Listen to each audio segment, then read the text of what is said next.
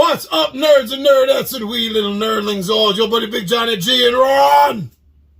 And we are here for another episode of Am I the Asshole? Dungeons and Dragons edition.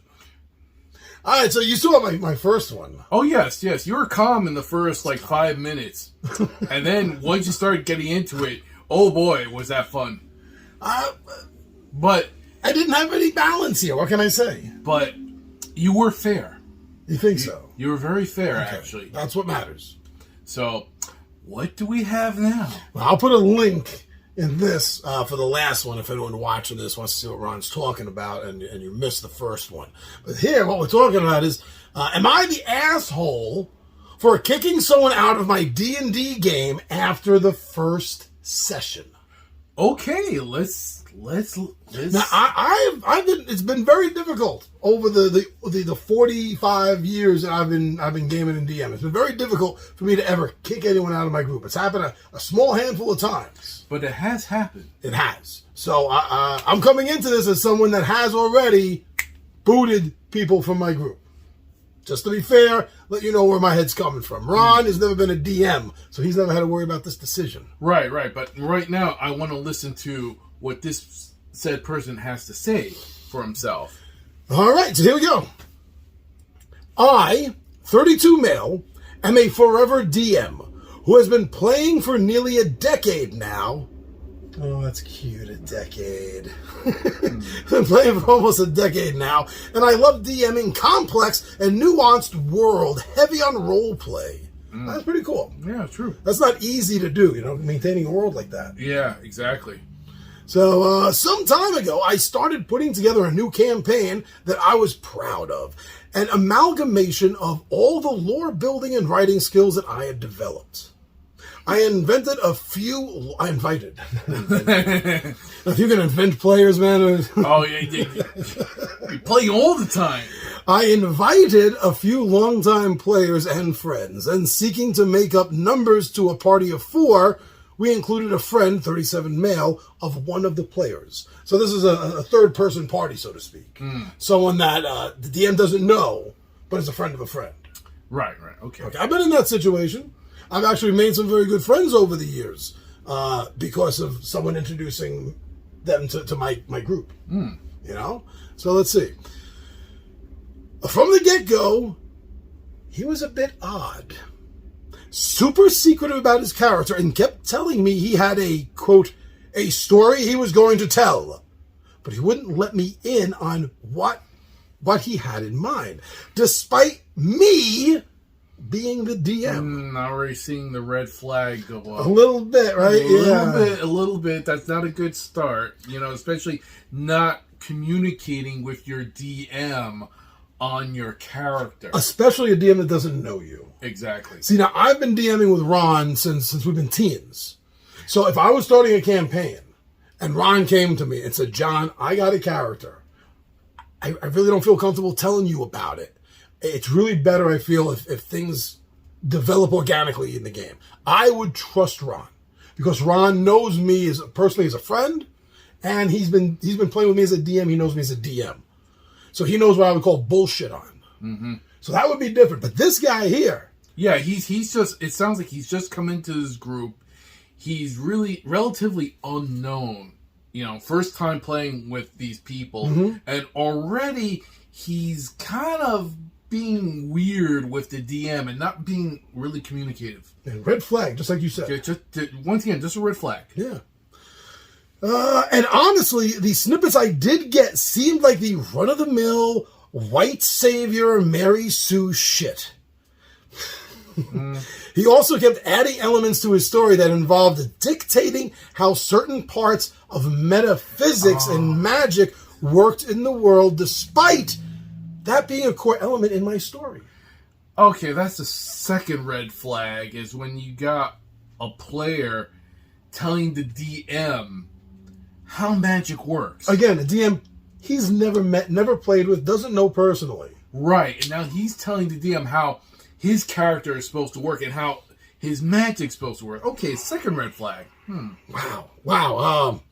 So far, this DM is listening to a lot more than I would have sat there and listened to. Yeah, right. Well, let's push through. We pushed, speaking of which, there we go. Psychic here. We pushed through creation, and on the first session, at the first sign of any conflict with NPCs, fishermen who wanted to purchase one of the party members, who was a talking crab. That's really interesting. Yeah, right. Well, he decided to let all hell break loose and lightning bolt the group of innocent fishermen. Wow. Okay. What followed was the party attempting to flee, and when cornered and given the option to surrender, so I could get this shit under control as a DM, he decided to escalate again and attack the guard captain, requiring the group's surrender. Wow. Now, I know by playing that things happen, and sometimes, things go awry. But we usually try to keep order. We try to keep the course of where we're supposed to go. And especially not killing random fishermen. Yeah. Wow. Look, I understand the idea that if you have a chaotic aligned character, that you're going to kind of jump off page every now and then. But it's for the greater good. Like whenever Ryan just decides to cast spells on the party members without asking them first. Yeah. Okay, that's because he's a chaotic good gnome. And it's for the greater good. So the party, in game mentality, kind of has to let that fly to a degree. But this is like... Yeah, this is going beyond that mentality. Well, also, first off, not keeping secrets away from the DM about his character, and then dictating how his character works to the DM. Now he just is picking fights for the sake of picking fights. So some of my regular viewers know this because you've heard this from time to time over the years. But back in 2009. There was a fire in my apartment. We lost everything. And for a year, it was displaced before moving back in when it was refixed. So during that year, and Ron wasn't actually gaming with us at that time. Me and the gang, we started playing at our local gaming store, the Strat, down in the basement. They have a room down there. Right, yeah. And I met this guy who was watching our group play. And we had just started before the Lost City. That was the campaign I was doing a little more than 10 years ago, doing that, building us up into Chateau d'Amberville, then going into the Slave Lord series, and then the whole plan after that, which we never got to, was the Giants and the Drow, and then Lolith. And I was going to do that whole freaking run. And this guy really wanted in. We were just starting the first module, right? So, and also we were just moving back into the apartment. Okay. So I invited this guy over, and the first session, the first game, where the party is in the topmost level of the ziggurat that's sticking out of the sand in the Lost City. Now that's a basic module, but I had updated it for third edition, 3.5. And as soon as we get past the top level, we fall down into the main part of the ziggurat. He just takes off. This dude just takes off, and he starts opening every single door in the corridor he can find because he's a rogue, and he's looking for money, treasure, things like that. You mean he completely ditches everyone, and he just goes solo? Yo, that's a good way of getting yourself killed, actually. Yeah. Well, the second session, he was still doing that, and it wasn't me. He got into a room that was sand-trapped, and he ended up dying. First level characters. It happens a lot. Surprise, yeah. And I didn't invite him to come back to the group. No one in the group liked him, the way he was playing, the way he was DMing. That was way too chaotic. But again, this, directly attacking NPCs, guards, innocent fishermen. I mean, this goes beyond even what that guy did. Wow. All right, so we're on to the next page here. I ended the session normally, but shortly after, I sent him a message saying I wasn't comfortable with how he played the game and that I didn't want him to continue. He told me I was an asshole and that I should give him some more chances. But even when we talked through alternative things he could have done, they were all basically some version of establish my dominance through violence. Am I being the asshole here for not even trying? I don't know the guy, and he's just some dude to me. I also used to run D&D as therapy for teens and children with autism. Whilst I witnessed a lot of cringe during this, A, I was getting paid for it. B, eliciting cringe was an intended goal of the therapy, breaking down in-game social situations out of game stuff. And C, the kids were always super receptive to feedback. None of this is true for the guy, and I couldn't be assessed with it. Am I the asshole for not having any patience and just booting him after session 1? You know what, John? I'm going to have to say no. I really have to say, all the red flags are there. This guy, he barely knows him. The group barely knows this guy. He comes in out of nowhere. And then he starts really debating, going into conflict with the DM. He's being secretive about his character. Mm-hmm. Which, is, to me, is a really big red flag. Because you should always, talk to your DM about something with your character. Because after all, if the DM's running everything, that there are things he has to know. And then just doing his own thing for the sake of doing it against what the module is dictating, and plus going against what the flow of the other characters, the other players. Yeah, no. I think this DM is right to kick this guy out. Okay, I'm going to agree with Ron on this. I don't think that's much of a surprise. I definitely think that this player was a complete and utter asshole. But I'm going to go a little bit further than that. His friend that invited him, it's said here that they're friends. So therefore, if this guy is a friend of the DM, a friend of the DM's friend. Right. So the DM's friend knows this guy. If you're going to be so bold as to use the word friend, then he should have known or had some idea of how his buddy plays, what his buddy's attitude is like.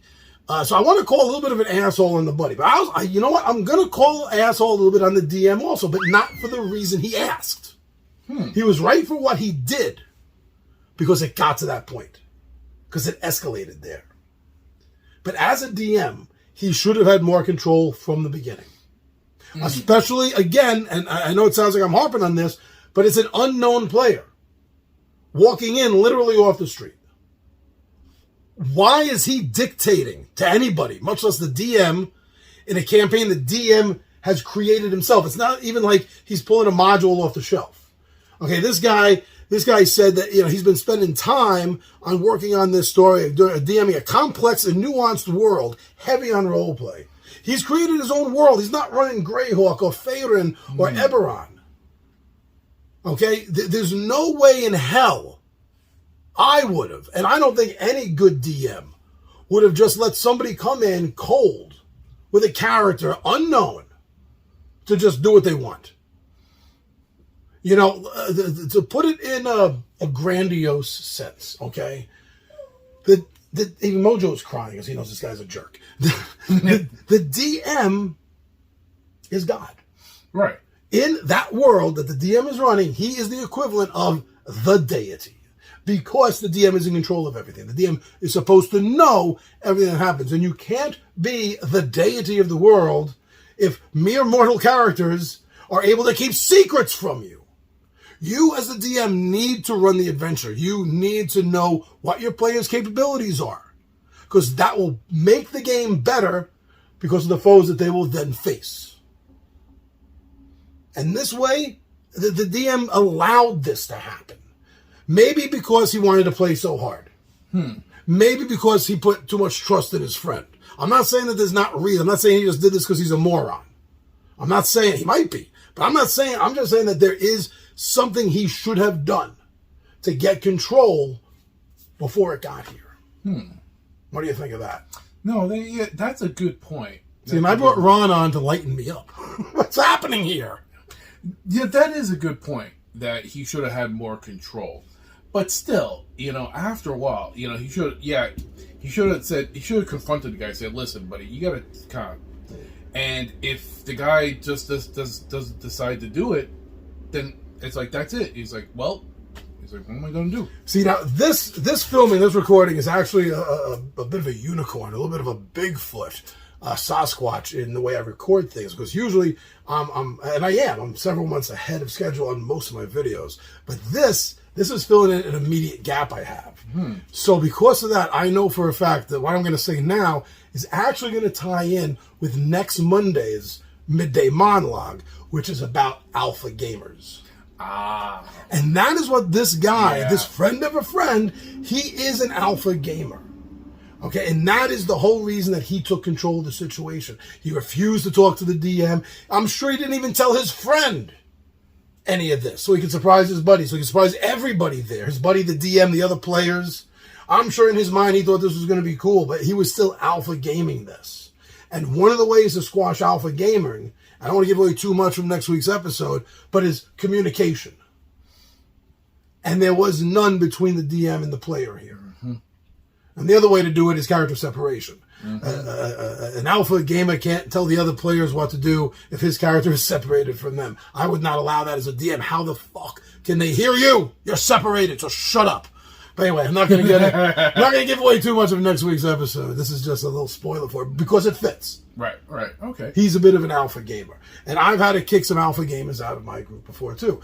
Years and years ago, before I was married, before the fire, the old apartment here, there was a guy I let in my group. I was already filled, right? Now, I was looking for players. This is the early 2000s. And I was on some message boards looking for D&D players. And so that's where I met a few people that I ended up gaming with for years. And one of them didn't game for him for years. I was already filled. I had like the 5 players I wanted. Any more than that, and I don't like more than 5 players. 5 is a good number for me. And this guy saw my ad, contacted me, was desperate to play. The only reason I let this guy in, believe it or not, he had my name. He was also John Galvin. Oh, wow. So I just felt like, wow, wait a second. There's another John Galvin in this world who loves D&D. How can I not make a spot at the table for this guy? And he was a complete alpha gamer. A tall, skinny, bald guy, picking his nose a lot. But yeah, he was the most anal rules lawyer or barracks room lawyers, Gygax used to call them, that I ever played with. And I've played with quite a few, to the point where literally for weeks, every game session was just me and me fighting with each other. But then one of the players at the time, this guy Caleb, he calls me up one day and he says, John, I just got off the phone with John. He wants to steal the group. What?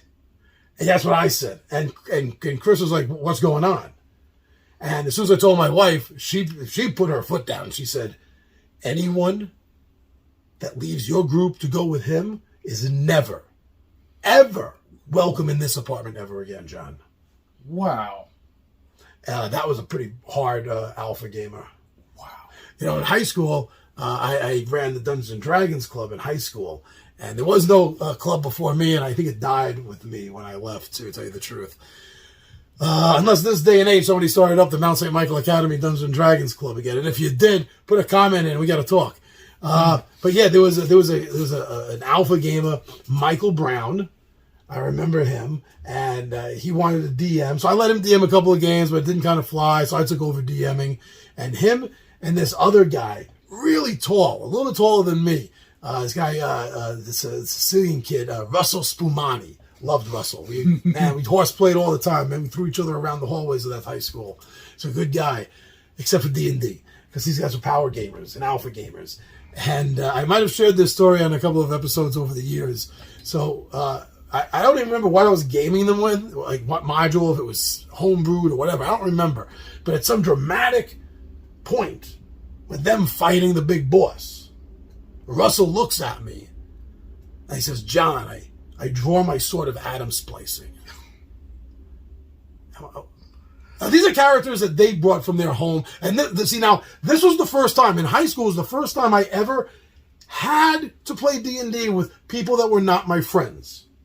Right? Before that, Everyone else, the first few years of me DMing, it was all the neighborhood kids that I grew up with. We were all friends. We all knew each other. So this is the first time I had to deal with outsiders. So to make things quick and just get jumping into the game, when I started the club, just bring your own character. Come on. I'll just take a look at it. There's anything we need to change. And I didn't even, it was the point where we were just jumping into it so fast. I didn't even look anything over. Just trust. So I was surprised when he tells me that he's drawing. But I shouldn't have been surprised because Russell also had a black marble that he got from a wish spell. Yeah. From his homebrew campaign with his home DM, which I think was him. Now, I'll tell you why he had it after I tell you what it is. Because, of course, I had questions. It was a little black marble that could turn into Kit. Now, for anyone out there that's under 45, Kit, the Knight Industries 2000. It was a robotic car from the TV show Knight Rider. It was not even a robotic. It was a computerized AI car that helped solve crimes. And it was a badass Firebird, too. It was a Trans Am. I think it was Trans Am, yeah. Smokey the Bandit had the Firebird. And the reason this D&D character had the Knight Industries 2000 as a magical marble was because he had been on an adventure that took him to the modern world. And he saw the TV show. So I shouldn't have been surprised by this sort of atom splicing. So I've already been getting pissed off. So when this happens, I give him the chance, Ron. I swear to all of you. I swear to you, Ron. I gave him the chance like multiple times. You sure you want to draw your sort of atom slicing? Yeah.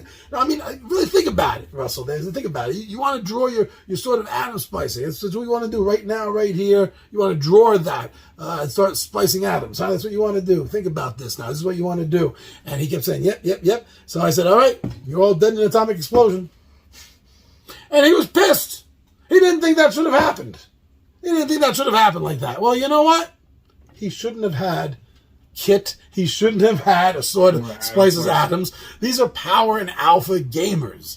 And this was my first time. I didn't know how to deal with them other than just calling BS on it. I didn't have any fallback. I didn't have enough experience as a DM to ride it through and then just have something organic happen in my story that screws them over anyway.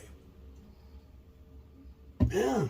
I've had my fair share of these guys from day one, of the first time never playing with a friend, playing with an outsider.